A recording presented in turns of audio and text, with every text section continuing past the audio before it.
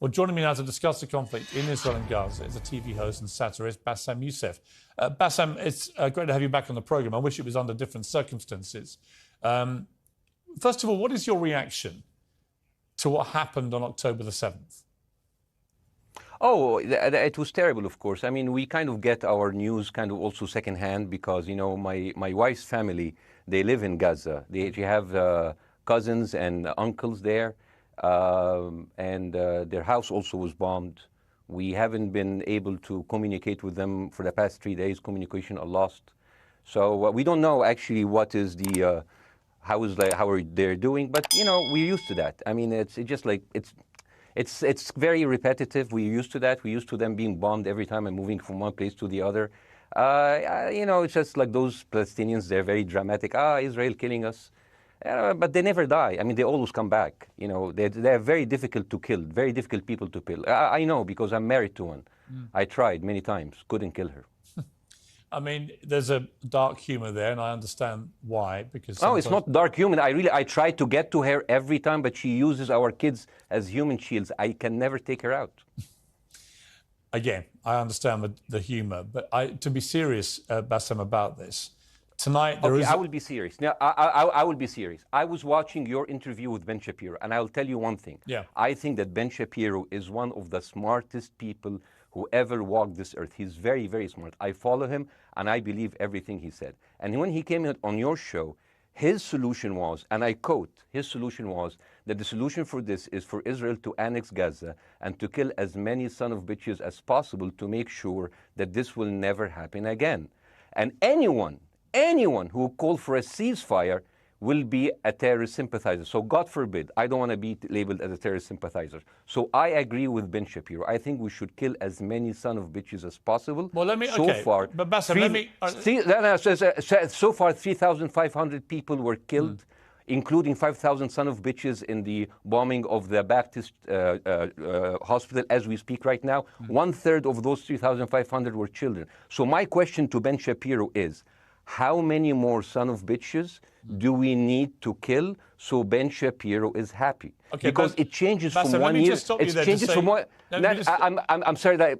Listen, I'm really at a disadvantage here. I'm looking at a camera. I don't see you. I can hear you on my ears. The reason I'm interrupting so is I think you might be. I I think you're conflating different interviews with Ben Shapiro. He didn't use the phrase "sons of bitches" with me. Let me play to you what he actually said on my show. He did. Go back to your interview. No, he didn't. That was another interview. But let me play what he said to me here.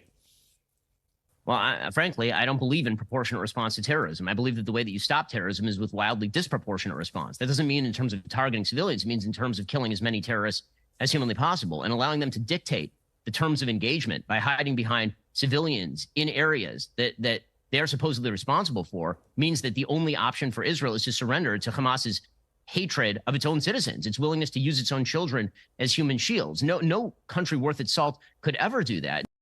Now, that is substantively different to what you said he said, right? He's talking there but specifically about Hamas terrorists. I agree with him. The thing is, the question is, what is a proportionate response? Because it has been different from one tier to another. So if you look to this graph, for example, this is the death of Israeli and Palestinians, and it's changing from 1 year to year. It's like fluctuating like crypto. So my question is today, what is the going rate today for human lives? I mean, 2014 was a great year for Ben Shapiro. 88 Israelis were died, and there was 2,329 Palestinians killed on the other side. That is one Israeli for 27 Palestinians. That is a very good exchange rate. What I'm saying is, what is the exchange rate for today? So you guys will be happy. That's my question. Well, it's not me. It's not me, guys. I'm not on either side. No, not you. Like when I say you guys, I say like people on the other side of that. I know that you don't think like that, Pierre. You're one of the good guys. But let me tell you something. I mean, the reason that I'm using this is that, I mean, I can't remember what happened in 2014, and there was no music festival, but there must be something. I mean, they must do something. It is their fault. It has to be something. I mean, 2018, 300 Palestinians died. Who's counting, you know? So the thing is, what my question is, let's find what is the exchange rate for human life today so we expect the future death of Palestinians and we'll be happy to it. My response to that would be this, Bاسm. I've thought carefully about this because I think it's very tricky for people like me to immerse ourselves into a conflict where we're not directly involved. And I thought carefully about what I feel about this. I feel that the scale of what Hamas did on October the 7th supersedes anything else I've seen in this conflict, really ever. The savagery, the butchery, the slaughter of 1,300 people, the shooting of babies, the 100%. Kidnapping of grandmothers and so on. So if we can agree on that, which I think is inarguable, then the question then becomes, again, about proportion. I don't disagree that there's been a lot of bad stuff on both sides going back historically for decades. But if we agree that this was on a different level altogether, quite deliberately by Hamas, designed to provoke... No, here's my question. Let me ask you a question. And the question, because you raised it earlier about proportion. I honestly don't know what the proportionate response is. I honestly don't. I don't. I've been watching the airstrikes this week thinking... So what's your question? Well, I would ask you, if you were Israel, what would you... If I was Israel? If you were Israel and that had happened to you, what would you think would be the appropriate way for the country to respond? I would do exactly like Israel did, kill as many people as possible since the world is letting me do it. I mean, I can do it because I can, you know. But the thing is, you know what, I agree with you. And you know what, I'm going to be even ahead of you because I see the question coming. Do you condemn Hamas for the atrocity? Yes, I condemn Hamas.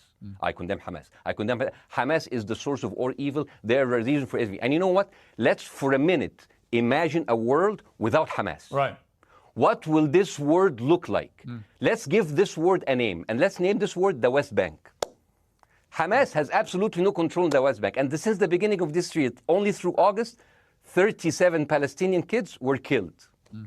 No music festival, no paragliding, no Hamas. Since the occupation of the West Bank, 7,000 Palestinians were killed. No music festival, no paragliding, no Hamas. I can go on and on and on and on. No, but you don't need to, because in a way you're preaching to the choir. I've followed this crisis. Oh no, you're not preaching. So the thing is, like, in the sense that I know that what you're saying has validity. Of course, Piers. By the way, Piers. I am at a disadvantage here. I can hear you. I cannot see you. I am in a claustrophobic room, and so please cut me some slack and don't interrupt me and interrupt my points. Sure. So, because this has to be fair. Understand. Because if you want to only hear your opinion, I can just condemn Hamas and go home. I can do that. So, do you want to do that, or do you have a much more nuanced conversation? No, I absolutely want to have a nuanced conversation. I wasn't aware I was interrupting you. I thought I was letting you speak. Amazing. So let's. I mean, I would say I really applaud Israel for doing one thing that no military force in the world does. Because I heard Ben Shapiro and I heard Ron DeSantis, and they said Israel is the only military force in the world that warns civilians before bombing them. I mean, how fucking cute. That is so nice of them. Because with this logic, if Russian troops started warning Ukrainians before bombing their houses, we're cool with Putin, right? I mean, okay, Habibi, you have warned them, go invade. It's fine. You have done your job. I mean, the thing is, and I understand, and I also heard Ben Shapiro talking about Human Shield. So you remember my wife's family, they live in Gaza. So I asked them, I told them, when Israel give you the nice warning, the cute warning, does Hamas force you to stay in your home so you can be bombed and use as Human Shield? You know what, Hassan here, my wife's cousin, he's a loser, you know. He told me, you know, when I asked him, does that happen? He told me, no. The lying son of a bitch lied to me. I told him, you don't understand. Ben Shapiro and Ron DeSantis keep saying that Israel warned you and Hamas asked you to stay put. So I told you, he's a loser. He never kept a job. He even failed in all of the interviews to become like a human shield. I would believe Ben Shapiro. Let me ask you this, Bassam. So let's go with that. No. Let me ask you At some point, I must be able to ask you questions. It's not a monologue for you, Bassam. If we agree that for the 14,000 casualties, I mean, who's counting, are Human Shield, does that mean that every single one of those civilians was standing, obscuring a military target behind them? Because that's a lot of weapons. I mean, Hamas is packing. No, of course it doesn't. And look, it doesn't. So there's some collateral damage. Lots of collateral damage. Yes. It's fine. Yeah. You kill some to save some and then kill some more. Yeah, I agree. Yeah. Well, let me ask you this. Again, it comes back to proportionate response. When the world decided it had to get rid of ISIS because of the appalling butchery they were carrying out, it did so by also killing very sadly, a lot of civilians along the way by doing airstrikes against places which but killing civilians are inevitable. You said that in the beginning. My point is, it's inevitable. Yeah, but once Israel has decided that they want to get rid of Hamas, and Hamas is embedded with civilian population, I'm very concerned about what's going to happen next. I've written a column tonight saying, I remember the Iraq War, which I opposed, right? I remember all this. So my question for you is, what would you think would be an appropriate response by Israel to what happened? Well, these are years of disproportionate responses of Israel. Right. Did it solve the solution? Did it solve the problem? Did it work before, so it will work? What will be the surprise this time? What will be the twist that will make this work this time? What will be different this time? Seriously, I mean, like, this is only the last 15 years. I mean, because it's too many papers. I just got this. But how will this be different? And the thing is, I am so glad in the introduction that you mentioned the Iraq War. I applaud you, Piers, for saying that, because you were honest about it. You said that spreading lies like WMDs make people look at those people as less of humans, and they would accept the death of 1 million Iraqi, whether by sanctions or by invasion, right? You are a good man. This is amazing. And you know what is similar? Is when you spread the lies of 40 decapitated babies, although it was refuted. So what happens when people hear that, killing babies is horrible. But when you say decapitated 40 babies, you are planting a certain image with a certain trigger in people's mind. Who has said that? Who has said 40? Who has said that? Who has said 40 decapitated? Who has said that? You have repeated. No, I haven't. What? I've never said that. You haven't said on your show 40 decapitated babies? Never. Ben Shapiro didn't say it? No. Ron DeSantis didn't say Nobody it? has said it. Okay, nobody said it? No. Oh, okay. Okay, maybe I am wrong. Decapitated. Here's you're wrong. I've never said that. The thing, what happened, no, you're wrong. But the thing is, the same thing is happening in Iraq. Ben Shapiro once tweeted, not even about Gaza, about the West Bank, when Israel continued to build the illegal settlement. He said, 2017, Israel likes to build things, and Arabs, not Palestine, not Hamas, Arabs like to bomb crap and live in open sewage. Yeah, I thought that was very the Israeli defense minister, he said, those are human animals. And the thing is, Ben Shapiro should know better, because, long before the Holocaust, before Jewish people were thrown in the gas chambers, the Nazi propaganda called them rats. Now, as a human being, I will never accept that another human being being thrown into a gas chamber, but a rat, kill 10, kill 1,000, 3,500. They are son of a bitch. They are human animals who live in open sewage and decapitate babies. And because of that propaganda, Mr. Morgan, that guy in Illinois, the 71 years old guy, he stabbing the 6-year-old Palestinian kid in Illinois 26 times. And he used to play with him. They used to be friends. But he went in, marching into their apartment, stabbing his mother and killing him, shouting, all Muslims could die. Yeah. It took you 80 years to change one word from Jewish to Muslim. And then you transferred your guilt to us and took away our land. Bassem, let me ask you a question. That deal sucks, man. Let me ask you a question. How do we get from where we are now to peace? Well, first of all, you need to change the perception. Nikki Haley, the American presidential candidate, said, we are in Israel in this because it's a fight between good and evil. Now, if you already decided someone is good, he can do no evil. And if you decided someone is evil, it's good to kill them. Killing them is good. You see, and the thing is, it is not like something new. I mean, I look at history and I see, I'm sorry to say this, but Westerners has always dealt like this with indigenous people. You first treated them like savages, Native American, First Nation, Aboriginal. They're savages. Kill all the savages. And then when they're almost extinct, you start feeling sorry for them, like animals.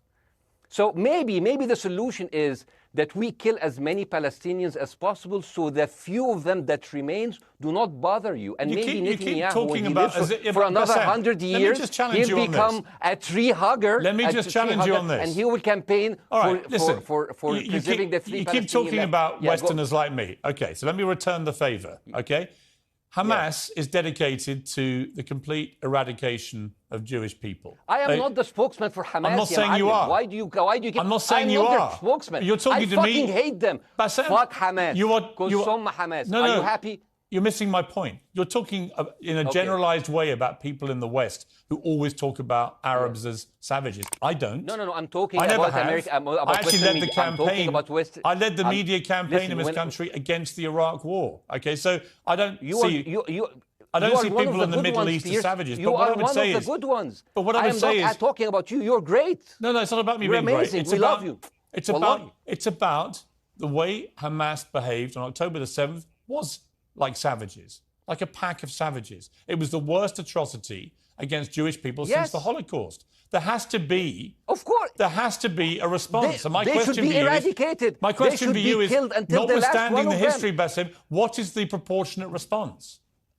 But I don't know. But there's no Hamas in the West Bank, and they're still dying there. So what's your excuse? I don't have any excuse.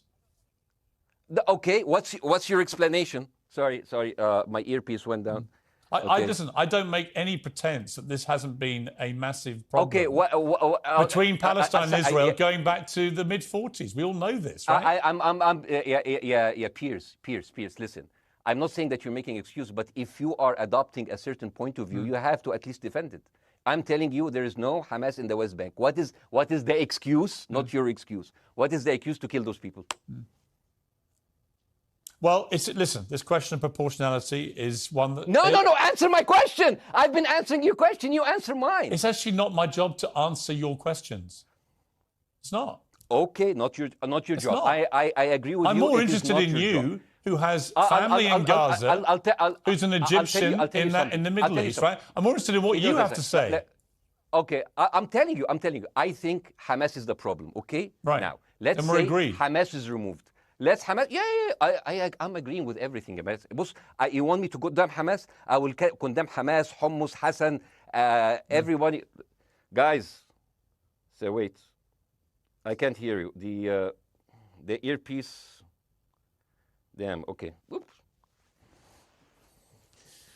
Okay. Yeah. Okay.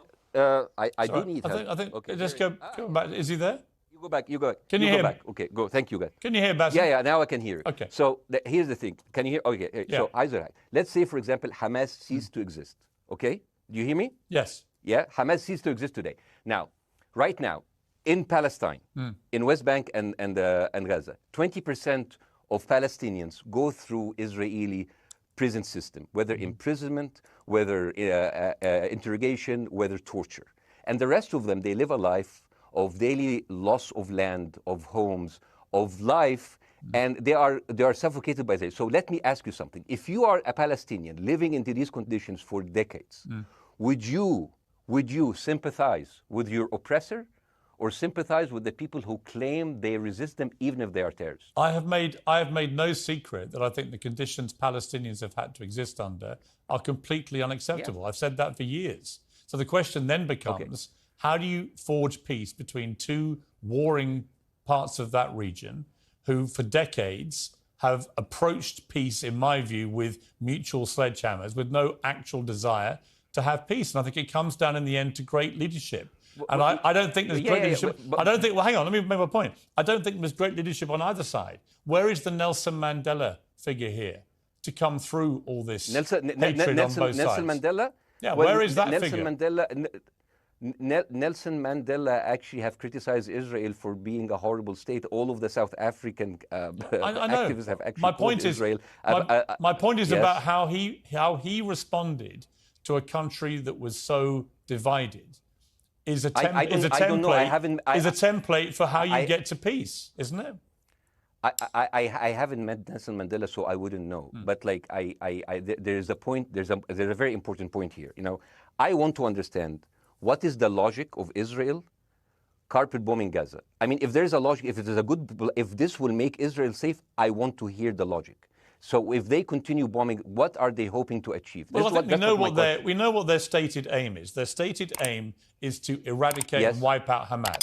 They believe Hamas are living predominantly in northern Gaza. They also are aware they're living amongst civilians. So it's an incredibly difficult thing. As I said in my monologue, it is very, very difficult to see how they do this without massive collateral damage. So if I can understand this correctly, basically Israel is doing this to pressure the Palestinian community in Gaza to turn against Hamas. Is that right? I'm sure that's part of it, yes. That's part of it. So this is exactly what terrorist organizations do, because terrorist organizations will have no chance beating a whole nation in battle. So they terrorize and they kill the civilians in order to spread fear and terror so they can turn against their government to change their policy or to resign. You have just compared Israel with ISIS. No, I haven't. I don't see any comparison between It's going to be the headlines tomorrow. Piers Morgan, Israel is ISIS. Only amongst people who weren't listening. The comparison, which is more apposite, is ISIS and Hamas. They are both nihilistic terror groups intent on killing as many Jewish people and others as they can possibly kill. And you can't get peace with people like that. Absolutely. You know what? I'm going to do something that nobody done on your television. You know what I'm going to do on your episode? I'm going to pretend that I'm an Israeli citizen. I'm going to put myself in the place of an Israeli settler in the kibbutz. And I want to speak to my Prime Minister, Benjamin Netanyahu. Mr. Benjamin Netanyahu, I have voted for you because you have promised us peace and prosperity and security. On the 7th of October, those son of bitches Hamas, they went into the fence that is regularly heavily guarded. Usually if there's like a dove that comes close to it, it will be shot. Those people went in and they went for 6 hours before IDF forces was deployed, killing our friends, our families, kidnapping our grandmothers and babies, and went in. I want to ask you, Mr. Prime Minister, after you have fractured the Israeli community and you have fucked our courts, our Supreme Courts, what are you doing with the money being given to you, to the United States? Also, you are carpet bombing Gaza with absolutely no regard to our hostages, our people. I heard a rumor in the kibbutz that you're doing that you let that happen as an excuse to carpet bomb Gaza, so you push them into Sinai. And I didn't believe it. I was like, not my prime minister. He can never do that. And then I watched an interview for Danny Ayalon. He was your chief advisor. He was also the Israeli ambassador to the United States. And you know what he said, Mr. Prime Minister? He said that the solution for those Palestinians is to go into a vast land of Sinai and live into tent cities temporarily, temporarily, wink wink, until we build Gaza again, and then we invite you back. يعني عبط احنا بقى. يعني فاهمني؟ We've seen this movie before. So يعني, and when I saw this, I couldn't explain to my fellows in the kibbutz, how come our Israeli government is trading human lives for another piece of land? So as an Israeli citizen, I need to hold my Israeli government accountable. And as an American citizen, I want to know all of these money that we are giving to Israel. We're giving them $4 billion every year. Joe Biden said it's the best investment America ever done. Well, if I am in the place of Joe Biden, I would say, sorry, don't speak. I would say, if I was Joe Biden, I would go down and whisper in the ears of Netanyahu and tell them, I hate bad investments. They haunt me, like Littlefinger in Game of Thrones. But the thing is, this is the problem. Israel always victimizes itself, and I have never seen a victim putting their oppressor under siege and bombing them 24/7. Israel wants you to believe that they are the victim. Dealing with Israel is so difficult. It's like being in a relationship with a narcissistic psychopath. He fucks you up, and then he makes you think it's your fault. All right, you look at Israel as Superman, but they're really Homelander. Wallahi, they are shooting fish in a barrel, and they are annoyed with the splashes. Bاسم, I want to say two things. One, if you could just slightly manage your language. We are uncensored, but if you keep swearing... I'm very sorry. We have to apologise to viewers who may be offended by that. I apologize. But I understand passions run high, so let's not get too bogged down about the odd swear word. I apologize to the viewers. I apologize to the viewers for my language. My second question is this. After the sight of dead civilians. After the break, we have the managing director of the Daily Wire, which is Ben Shapiro's company. We were going to interview him on his own, but he's happy to come on and talk with you directly if you are prepared to stay. Well, of course, I can stay, but again, I am... Fuck. This... I am in a disadvantage, and I would like to have my space to respond. Okay, we'll come back after the break. Because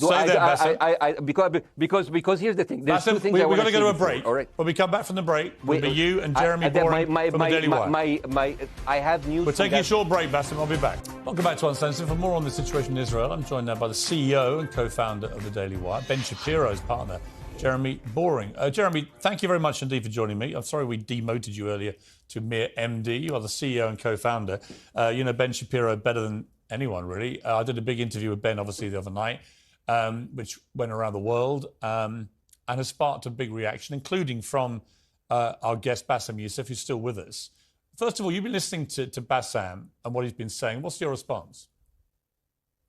Well, first of all, I make it a point not to speak for Ben Shapiro. He's got a 20 IQ points on me and speaks for a living professionally, so he's much better prepared to defend himself. But as his business partner, as his best friend, I do feel like I have to respond to the things that Bassem was just saying.